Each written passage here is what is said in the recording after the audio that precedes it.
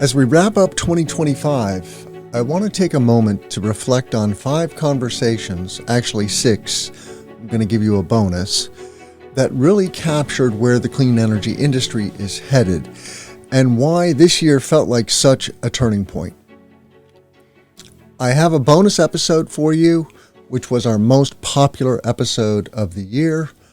A guest who's been on the show, I think 4 times, so looking forward to sharing what that was with you. Stick around to the end for that.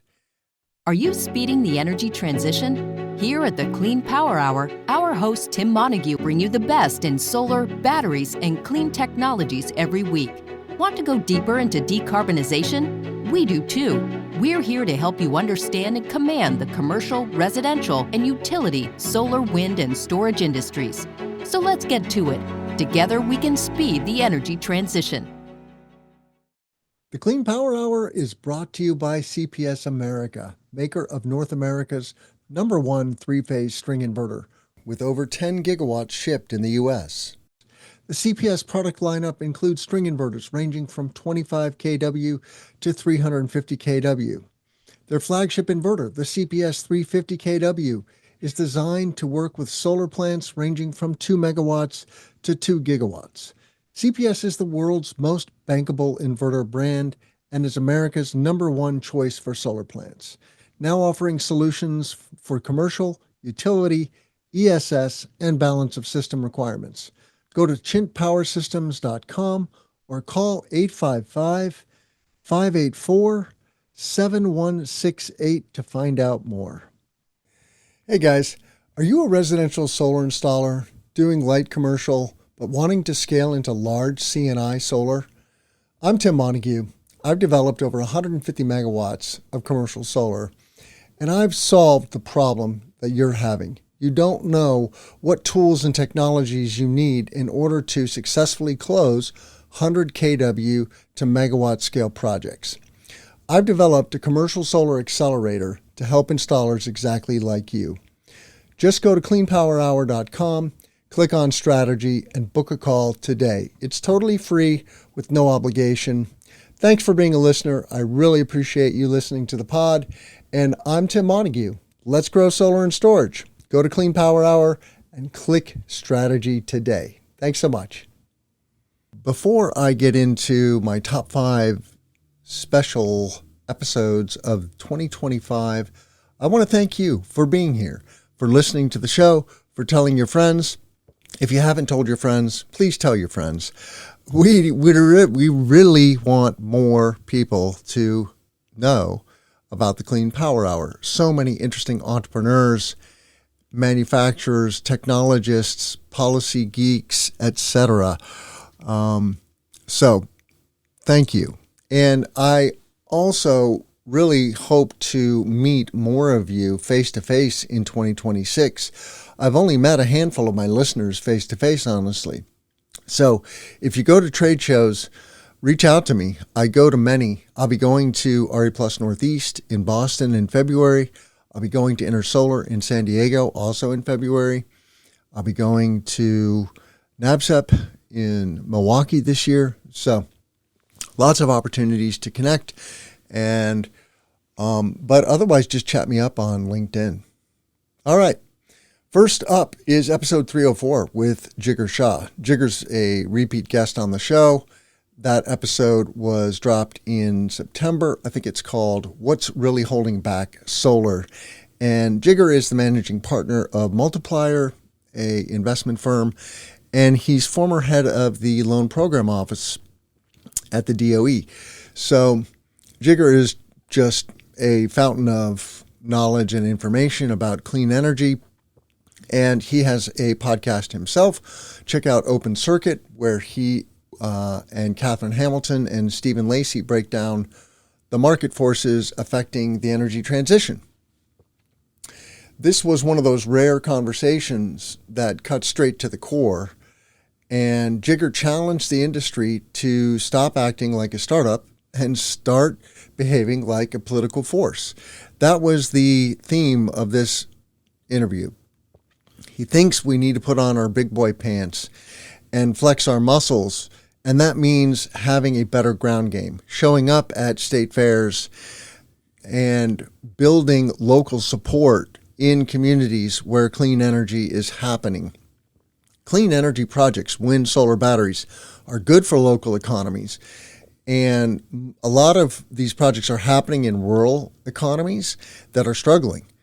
And corn and bean and vegetable and other crop farmers can benefit from these projects, and their communities can benefit from the multiplier effects. The tax benefits to the community are many, and these communities are not doing well financially, so they need clean energy projects. So clean energy has arrived, and with scale comes responsibility. So some of the things we touched on were that 85% of new grid capacity will be solar, wind, and batteries, despite policy changes. The massive political spending gap between clean energy and fossil fuels. So fossils are outspending clean energy by approximately a factor of 10 to 1. And Jigar points out that this isn't just about money and politics, but since we have a system that is rigged by money and politics, we have to play that game. Now, he also touches on how virtual power plants could shift 20% of peak load by 2030. And the VPP theme showed up a lot in 2025 and will continue to show up. So if you don't understand or aren't working on VPP projects, you want to. Jigar's very fond of what's going on in Minnesota with something called the DCP model that is spreading to other states. So check that out. That's a program in Excel territory. Why retrofitting batteries to existing solar systems could reduce electricity rates by 20%. And I love it that Jigar shines a light on the fact that 20% of Americans can't afford their power bill. So we really need to take this seriously and leverage the fact that solar, wind, and batteries are the cheapest sources of new energy on the grid, and the grid needs lots of new energy. All right. Number 2 is episode 274 with Ryan Mayfield from Mayfield Renewables and Jayson Smith from CPS America, the #1 three-phase string inverter manufacturer. The topic of the day was C&I battery storage, and we recorded a short interview at Intersolar San Diego last, I think it was February. I love recording on site. If you'd like to do an on-site recording, reach out to me. We broke down what actually works in C&I battery storage, the economics, the technical realities, and the lessons learned in the field. In a year when storage stopped being optional, this episode grounded the conversation in what developers and EPCs need to know right now about commercial industrial batteries and the CPS Gonzo, their 125 256 kWh containerized solution. So some of the highlights of that product are that it comes in a couple different flavors, a 125, a 250. It can be a 2-hour or a 4-hour solution. It features 20 millisecond switchover time for grid forming capability. So if you need a microgrid, it can also be used for demand response. So it's a very flexible, state-of-the-art solution. You can daisy chain up to 12 of these units in parallel.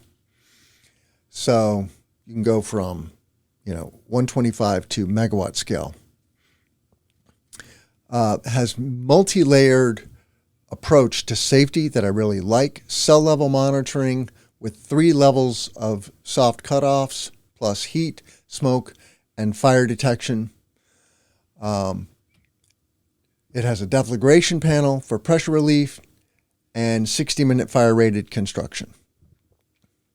It is also rated to NFPA 68 and will soon be NFPA 69 compliant. The key differentiator with CPS is their service. They have wonderful products, but it is the service team that really sets them apart. 60% of CPS's workforce is dedicated to service. So if you've never dealt with really good customer service, check out CPS America, and they have a wonderful Innovation Day also in April. I believe it's April 22nd this year. So if you just Google Innovation Day, check it out. All right, next up, episode 3 was episode 307 with Peter Kelly Detweiler, author of The Energy Switch. Peter is a repeat guest on the show. He hosts his own weekly energy news show called Insider's Guide to Energy. Very dynamic speaker. This is part of my series on microgrids, and we geeked out hard on the different aspects of microgrids and things like this event that happened in Virginia in 2024 when 1,500 megawatts of load from a data center went offline, when the data center went offline. And so the challenges that data centers present are both that they're being installed in a rapid pace now, but when they go offline, it's a challenge for the grid operator to keep the load, to keep the grid balanced. So, fascinating discussion. Peter helped connect the dots between grid fragility, extreme events, and the urgent need for storage, as well as forecasting and smart planning. This was one of the clearest examples all year of why the energy transition is no longer theoretical, it's operational.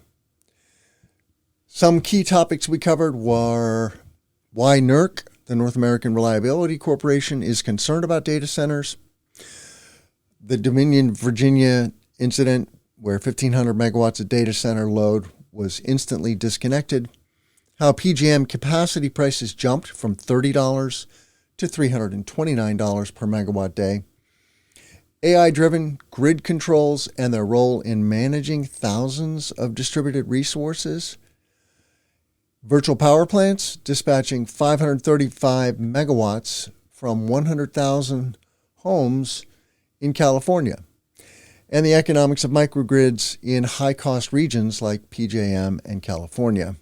And finally, he discussed a Brooklyn, Queens demand management project where $150 million was a solution to a $1.2 billion infrastructure upgrade that the utility wanted. So instead of doing T&D, they did batteries. All right. My fourth favorite episode of 2025 was episode 310 with Jeff St. John from Canary Media. If you're not a reader of Canary Media, check it out. It is one of the best publications on solar, wind, and batteries. The title of that show was How Virtual Power Plants Save Millions in Energy Costs, and it takes us from individual assets to system-level thinking. We explored how virtual power plants are already saving millions of dollars and quietly reshaping how the grid works. This conversation showed why the future isn't just about building more solar and batteries, but about orchestrating them intelligently. If 2025 was the year coordination started to matter as much as capacity, this episode explains why. The conversation revealed why distributed energy resources are becoming policy-proof. You can't weaponize federal permitting to stop a warehouse from installing rooftop solar or a community from deploying batteries. These technologies hedge against rising utility rates while reducing strain on an aging grid.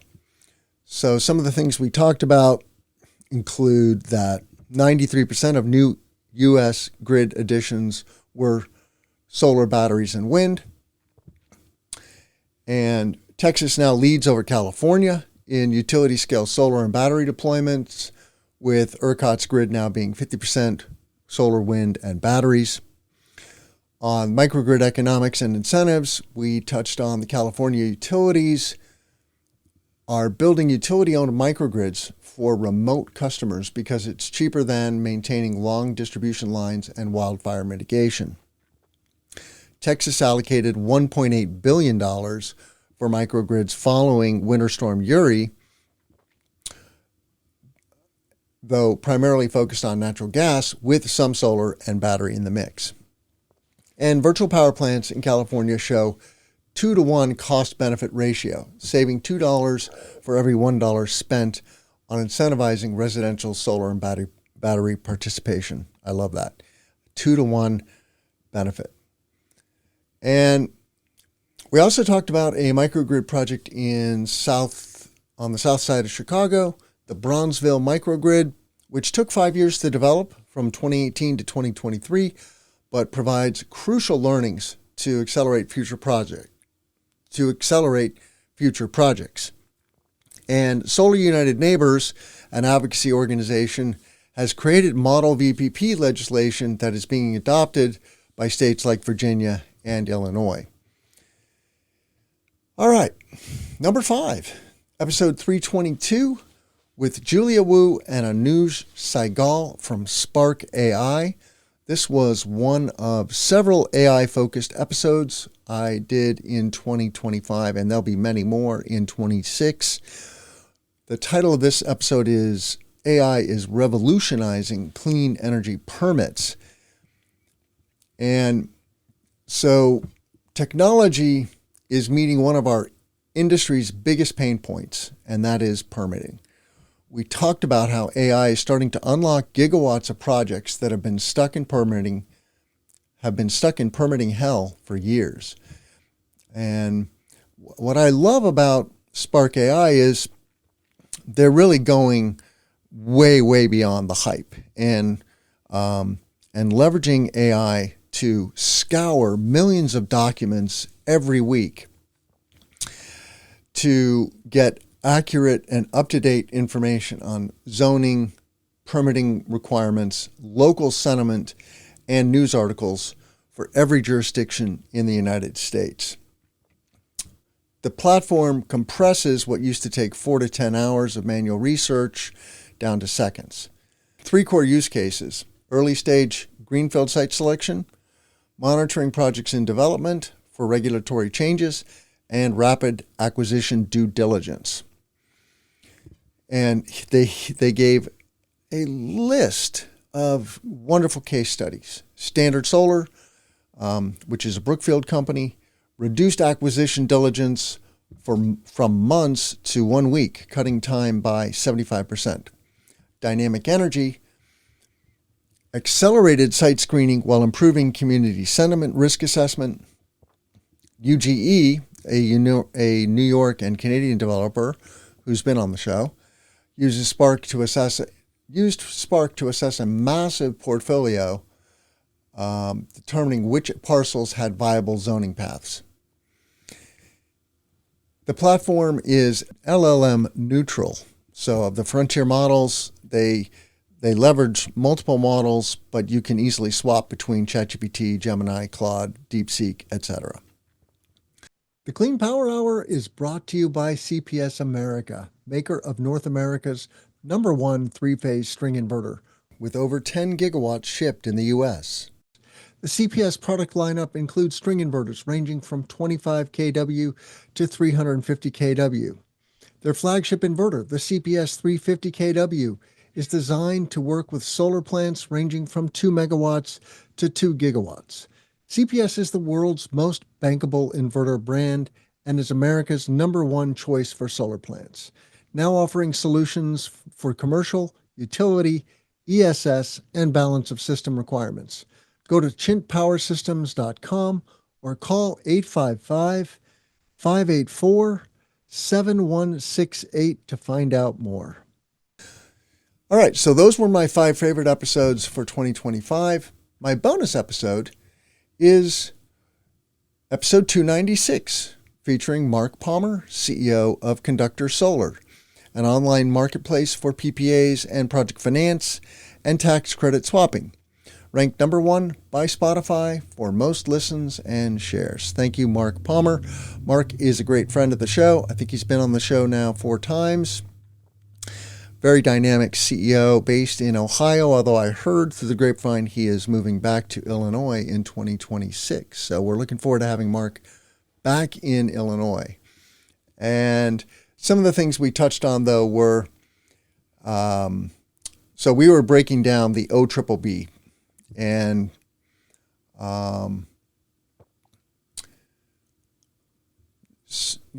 what does this mean for our industry?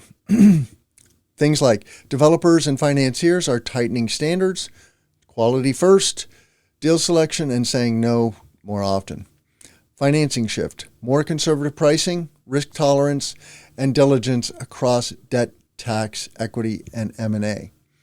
Industry behavior, investors pausing acquisitions, developers rushing safe harbor, and near-term milestones. I'm sure if you're a developer, you can relate to this. We talked about tariffs and supply chain concern, imported components driving cost pressure and operational distraction.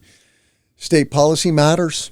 Okay, this is a big signal. When the OBBB comes in at the federal level to try to push back on clean energy, the whack-a-mole is state levers, and Illinois, New York, Massachusetts, Maryland, Texas, these are all places that are pushing back at the state level and incentivizing growth of the industry.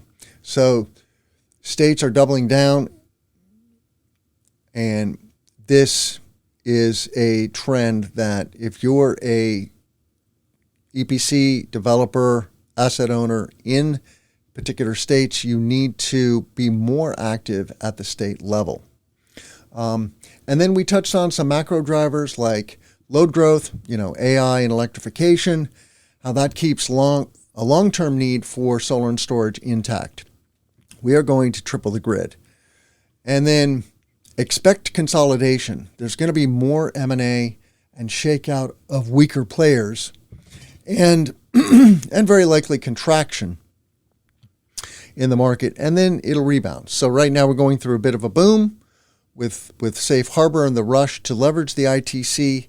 There will be a contraction, and then there will be a rebound when the market realizes that clean energy is the most economical, fastest, and cheapest way to get new power on the grid, whether that's DG or utility scale. With that, I'll say thank you very much for being a listener and supporter of the show. If you'd like to sponsor, reach out to me. I'm easy to find. You can hit the contact page on cleanpowerhour.com. You can hit me up on LinkedIn. My email is tim@cleanpowerhour.com. And with that, I'll say, let's grow solar and let's have a wonderful 2026. Take care. The Clean Power Hour is brought to you by CPS America, maker of North America's #1 three-phase string inverter, with over 10 gigawatts shipped in the U.S. The CPS product lineup includes string inverters ranging from 25 kW to 350 kW. Their flagship inverter, the CPS 350 kW, is designed to work with solar plants ranging from 2 megawatts to 2 gigawatts. CPS is the world's most bankable inverter brand and is America's #1 choice for solar plants, now offering solutions for commercial, utility, ESS, and balance of system requirements. Go to chintpowersystems.com or call 855-584-7168 to find out more.